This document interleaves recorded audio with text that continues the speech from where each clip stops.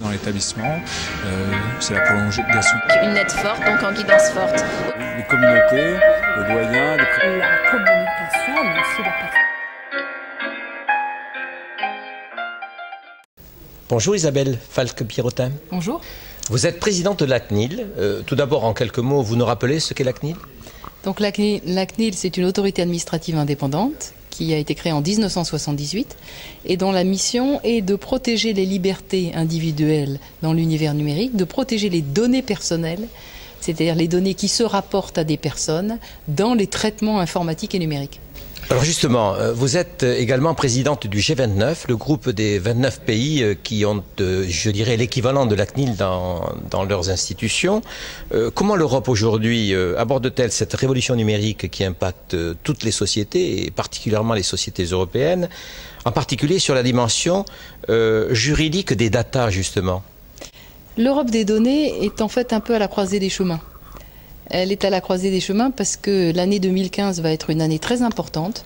On va décider le règlement européen, on va finaliser les négociations commerciales avec les États-Unis, dont une partie peut-être concerne les données et les données personnelles. Bref, il y a toute une série de sujets qui vont arriver à conclusion en 2015. Et donc, il est très important que l'Europe des data ait une vision commune, ait une vision compétitive et qu'on puisse collectivement la porter au niveau international. Et justement, ce règlement européen, en quelques mots. Ce règlement européen, il change fondamentalement la manière dont on va réguler l'univers des données. Il harmonise le cadre juridique, donc on aura désormais un cadre juridique commun et harmonisé entre tous les pays européens. Et il simplifie en fait la régulation en responsabilisant les entreprises, en supprimant tout ce qui est formalité préalable, en tout cas en allégeant considérablement, et il renforce les sanctions que les autorités de protection des données peuvent prononcer.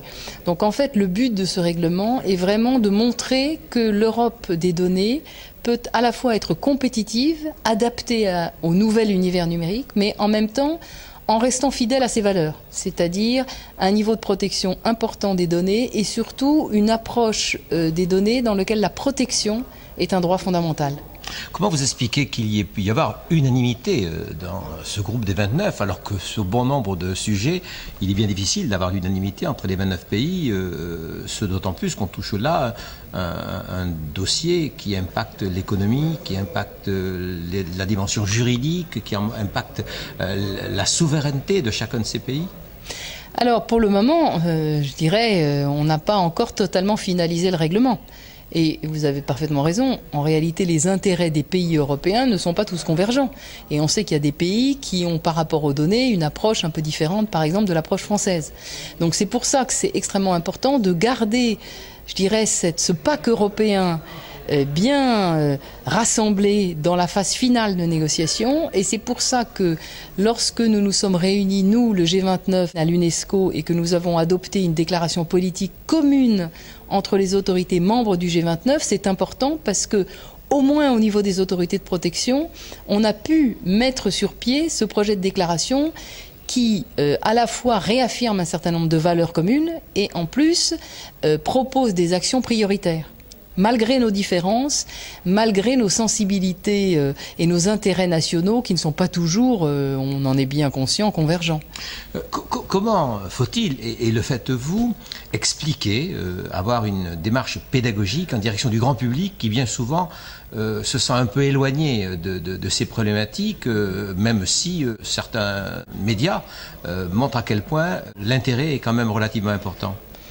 Alors c'est toute la difficulté. Jusqu'à présent, l'enjeu de la protection des données est resté trop souvent un enjeu confiné à des cercles de spécialistes, un enjeu entre guillemets d'élite. Et évidemment c'est très paradoxal parce que il faut justement qu'on trouve avec monsieur et madame tout le monde, avec le grand public, une forme de consensus pour que chacun puisse se mobiliser. Donc l'enjeu de l'éducation, il est absolument fondamental si l'on veut retrouver de la souveraineté individuelle sur nos données. Donc nous avons un effort collectif, je crois, très important à faire, que ce soit les autorités publiques, mais aussi les acteurs économiques, l'éducation nationale bien sûr, pour faire passer en fait toute une génération à cette ère numérique et lui donner des réflexes, lui permettant dans le fond d'être capable de faire des choix. Parce que c'est ça qui est fondamental, pouvoir faire des choix selon la sensibilité de chacun.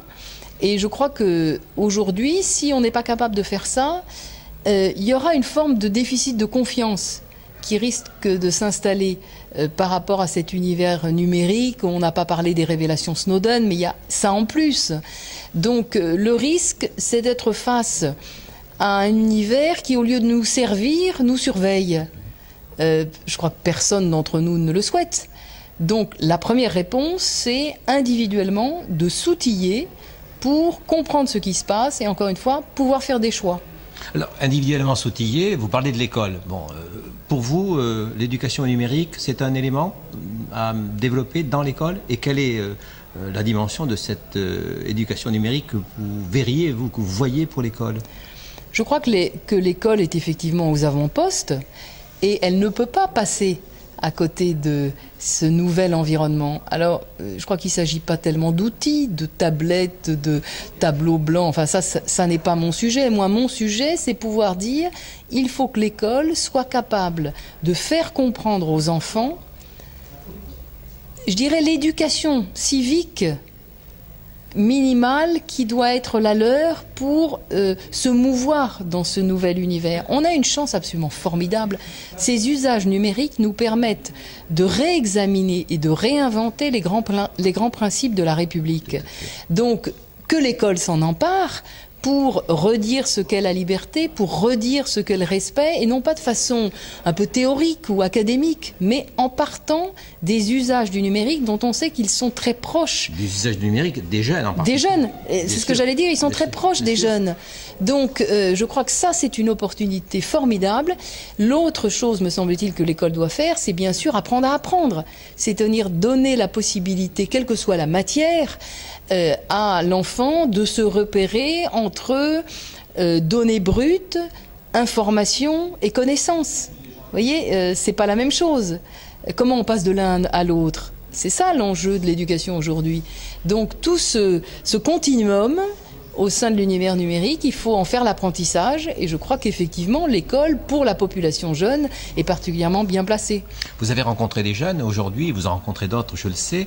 N'avez-vous pas le sentiment qu'ils s'arrêtent bien souvent à des considérations d'ordre technologique, le matériel, l'outil, son usage, et qu'ils ont du mal à aller au-delà du simple usage de cet outil et des progrès technologiques qui l'accompagnent?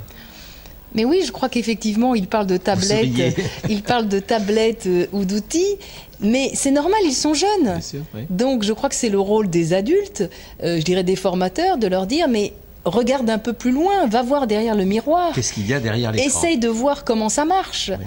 Et que justement, c'est bien ça la mission de l'école. Je vous ai croisé il y a, vous en souvenez peut-être pas, avant même que vous ne preniez vos fonctions comme présidente de la CNIL, et vous m'aviez dit à l'époque, il faut faire un travail en direction des chefs d'établissement pour qu'effectivement ce message sur l'éducation numérique, sur la protection des données personnelles puisse être passé au niveau des adolescents. Est-ce que vous l'avez mis en pratique? Est-ce que vous rencontrez des chefs d'établissement? Alors effectivement, nous nous étions rencontrés il y a quelque temps dans une autre vie, et à l'époque j'avais été frappée parce que j'avais senti au niveau des chefs d'établissement et au niveau des professeurs, dans le fond, une assez grande souffrance par rapport à ces mutations et par rapport à la capacité qu'ils avaient, dans le fond, de les appréhender et de réinventer leur métier de formateur par rapport à ce nouvel univers. Et je crois que c'est absolument fondamental que les formateurs finalement s'approprient cette nouvelle dimension du monde pour pouvoir eux-mêmes la transmettre. Et donc, la cible d'éduquer les éducateurs, c'est une cible qui est très importante pour nous. On est en train de voir si l'on peut travailler avec l'Éducation nationale pour justement proposer des supports pédagogiques, un accompagnement pour ces formateurs. Parce que, évidemment, nous, c'est difficile, on n'a pas les ressources, on ne peut pas toucher le grand public scolaire, vous voyez. On ne peut pas intervenir dans toutes les écoles. En revanche, on peut former les formateurs. Et donc ça, on est en train d'y travailler activement à la CNIL. Merci beaucoup. Merci à vous.